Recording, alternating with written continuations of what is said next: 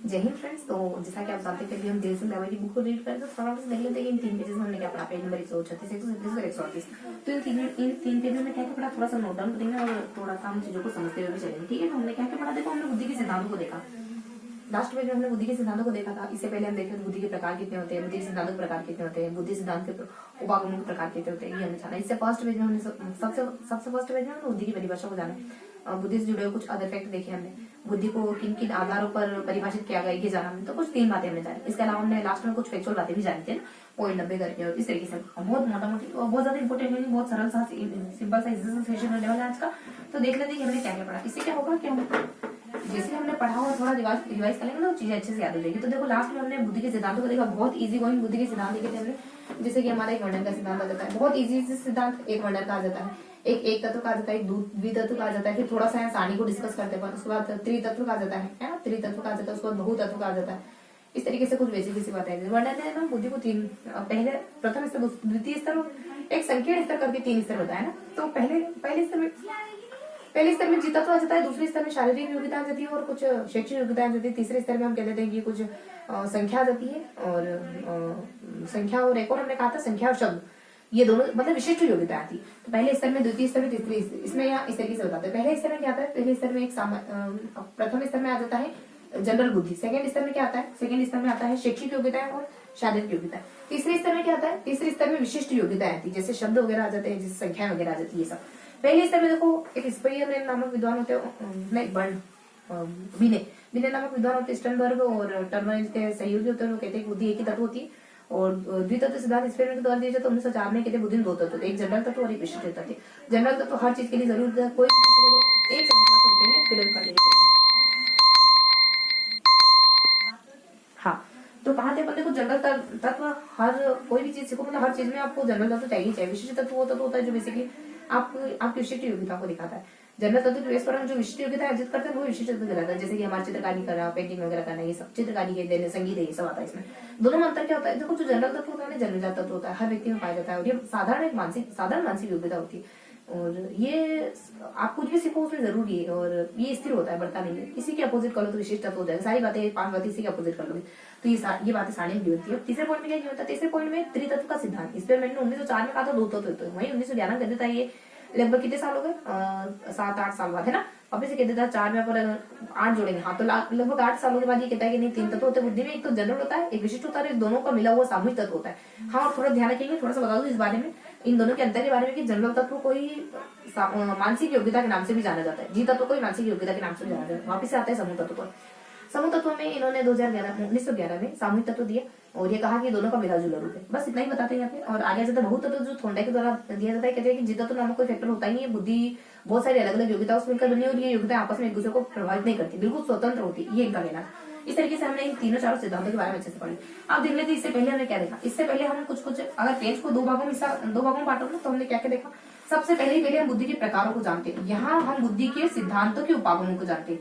बुद्धि के सिद्धांतों के उपागम कितने होते हैं उनको जानते हैं। और यहाँ कॉर्नर में जानते हैं बुद्धि के सिद्धांतों के प्रकारों के बारे में। तो यहाँ हमने अगर बुद्धि के प्रकार देखे तो यहाँ हमने सिद्धांतों के प्रकार देखा। हमको बुद्धि के सिद्धांतों के प्रकारों को कवर करना है। यहाँ पर बुद्धि के 3 प्रकार होते हैं। एक तो मैं थोंडाई को कुछ केटल के अनुसार बता रही हूँ ना। थोंडाई मतलब हमने यही पढ़ा इसी के इन्हीं के अनुसार पढ़ा।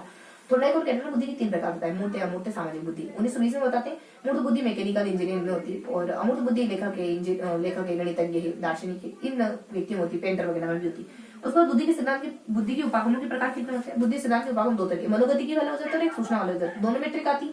एक में अपन कहते थे कि बीएसटीसी, फर्स्ट में बीएसटीसी, सेकंड में पास वाले किसी से कर लो। बीएसटीसी से विद्वान कौन आ जाते हैं, बीने वगैरह आ जाता है, और इस पे में वगैरह आ जाता है, से थर्स्टन वगैरह आ जाता है, और जी से अपने गिलफोर्ड करके आ जाता है। ठीक है, सी की जगह जी था ना। अब यहाँ आ जाते हैं तो यहाँ पास के किसी कॉलेज से कर लो तो पी से अपने पास वाला आ जाता है, पास मॉडल आ जाता है, जिससे अपने जेपी दास वाला आ जाता है।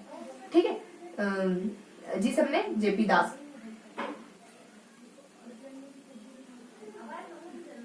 जी से अपने गिलफोर्ड आ जाता है। ठीक, तो इस तरीके से हमने जाना।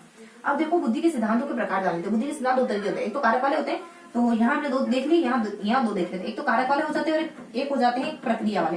तो यहाँ पे कौन कौन विधान आते हैं, यहाँ पे कारक में आ जाता है कि कहो बेटा, और इस तरीके की ट्रिक आ जाती है कि तुम क्यों रो रही हो, बताओ बेटा क्या बात है, इससे है ना। तो कहो और बेटा करके, है ना, BTS करके। तो KHBTS बेटा, BTS। तो कहो बेटा, बेटा जी, कहो बेटा जी क्या बात है ना, इस तरीके की ट्रिक थी। तो बेटा है तो BTS है, और KH है, और G है, तो इनसे सारे नाम आ जाएंगे विद्वानों के। और दूसरा आ जाता है प्रकार वाला, प्रक्रिया वाला। प्रक्रिया वाला हम कहते हैं अपन की हमको ना पब से जय जय की आवाज सुनाई दे रही, मान लो क्लब से भजन कीर्तन की आवाज सुनाई दे रही। ये 2 ट्रिक थी, और इनमें वो जनरल जो विद्वान होते हैं ना, वही नाम है, कोई ज्यादा यूनिक नाम नहीं।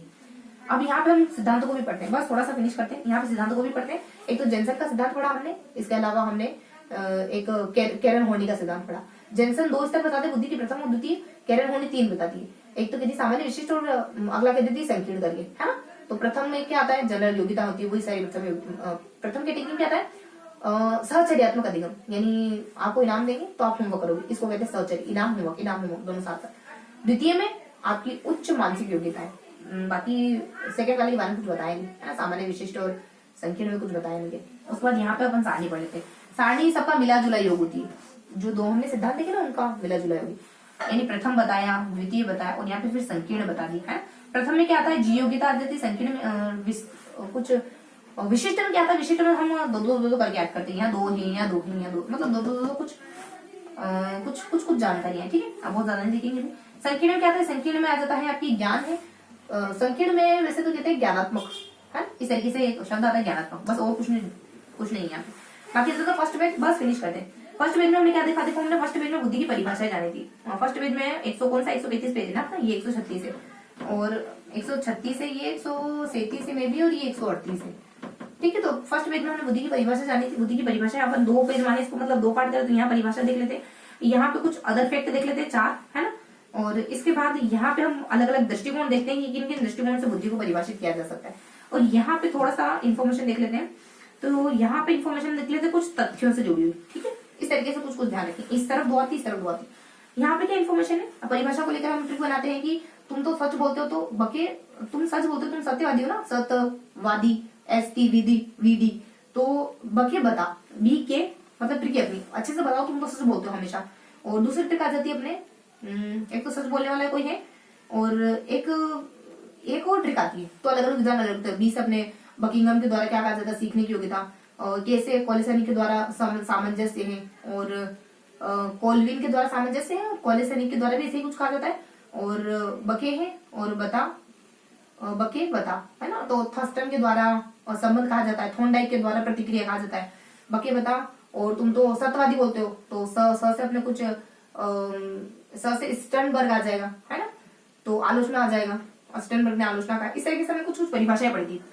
2 ट्रिक थी हमारी, तुम तो सच बोलते हो, और एक और 2 लड़के थे यहाँ पे, तुम एक तो सच बोलने वाला था, और एक और कुछ ऐसे ही कोई लड़का था, ठीक है। बढ़िया से कोई ट्रिक आती है, दृष्टिकोण अलग अलग है, कि कोई कहता है सीखने की योग्यता, कोई समाजन की, कोई चिंतन की। कौन कहता है कि हमने ट्रिक भी देखी थी, यहाँ पे नाम देखे थे।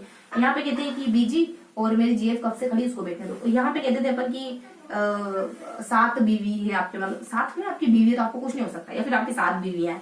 और यहाँ पे अपन कहते थे कि कुछ ऐसी बढ़िया सी परिभाषा यहाँ पे भी आती है, ठीक है। ट्रिक यहाँ पे भी आती है, जिससे अपन याद करते तथ्य जानते हो ना, 0.90% सिमिलरिटी होती है जुड़ो बच्चों में, एक साथ पल बढ़ रहे हो, 0.90, उसके बाद 0.50 सीधा, उसके बाद 0.72 और 0.35, ये 4 आंकड़े थे, ये अलग अलग मतलब जुड़ो बच्चों को लेकर के सारे आंकड़े, ठीक है। तो वो सारे डिटेल से नहीं देखेंगे अपन। यहाँ पे कुछ अपने DM वो करके ट्रिक थी, और ये DM वो बेसिकली विद्वानों के बारे में, और उसके बाद इनके द्वारा क्या क्या परिभाषा दी गई थी, ये कवर करते हैं, ठीक है। तो ये था हमारा आज का सेशन, जिसमें हमने अभी फेस टू फेस पढ़ा चीजों को, और इससे पहले हमने PDF रीड करी थी। तो आई होप ये सेशन आपको इस पेज को अच्छे से पढ़ने में और समझने में मदद करेगा। फिर मिलेंगे इसी के अगले सेशन में, तब तक के लिए जय हिंद।